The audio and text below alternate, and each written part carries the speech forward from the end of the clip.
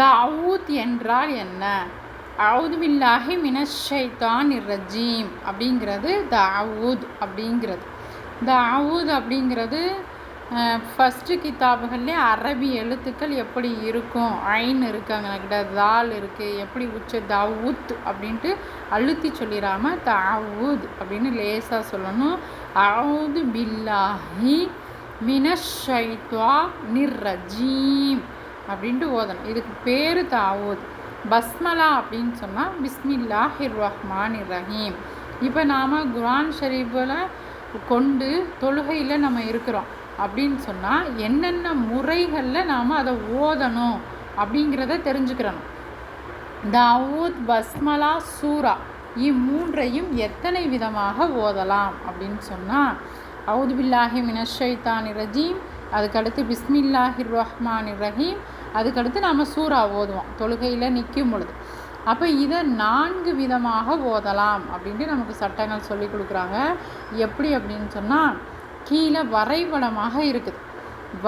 வரிசை எண் 1 2 3 4ன்ட்டு போட்டு அதுக்கடுத்து தாவூத், பஸ்மலா, சூரா அப்படின்ட்டு உங்களுக்கு அட்டவணை அழகாக போட்டிருக்காங்க. ஃபஸ்ட்டு என்ன அப்படின்னு சொன்னால் தாவூத் அவுது பில்லாஹி மினஷைத்தானிர் ரஜீம் அப்படின்னு மூச்சு விட்டுட்டு பிஸ்மில்லாஹிர் ரஹ்மானிர் ரஹீம், அதுக்கப்புறம் அல்ஹம்துலில்லாஹி ரப்பில் ஆலமீன் அர் ரஹ்மானிர் ரஹீம்ட்டு சூறா. அப்போ இடையில பிரித்து அதை என்ன செஞ்சுக்கலாம், ஓதிக்கலாம். ரவுண்டாக போட்டிருக்காங்களா, இடையில எந்த கோடும் இணைக்கப்படாமல் இருக்குது. அப்போ தனித்தனியாக நம்ம தொழுகையில் மூச்சு விட்டு ஓதிக்கிடலாம். இரண்டாவது சட்டம் என்ன அப்படின்னு சொன்னால் ஒரே மூச்சில் அவுது பில்லாஹி மினஷைத்தானிர் ரஜீம் பிஸ்மில்லாஹிர் ரஹ்மானிர் ரஹீம் அல்ஹம்துலில்லாஹி ரப்பில் ஆலமீன் அப்படின்னு சொல்லிட்டு இடையில கேப்பே விடாமல் அப்படியே ஓதுறது. அப்போ இடையில கோடு போட்டு இணைச்சி காமிச்சிருக்காங்க. மூன்றாவது சட்டம் என்ன அப்படின்னு சொன்னால் தாவூதையும் பஸ்மலாவையும் சேர்த்துக்கிறோம்.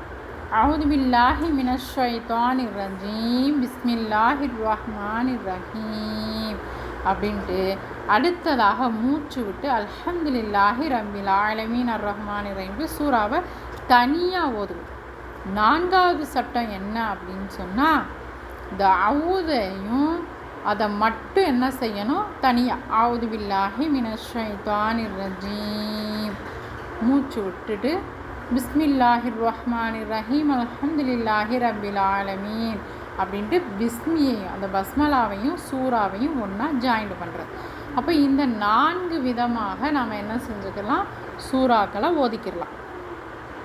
எந்த முறையில் வேண்டுமானாலும் 3ஐயும் தனித்தனியாக அவுது பிஸ்மி சூறா தனித்தனியாக ஓதலாம், அவுது பிஸ்மி சூறா சேர்த்து ஓதலாம், அவுதியும் பிஸ்மியையும் சேர்த்துட்டு சூறாவை தனியாக ஓதலாம்.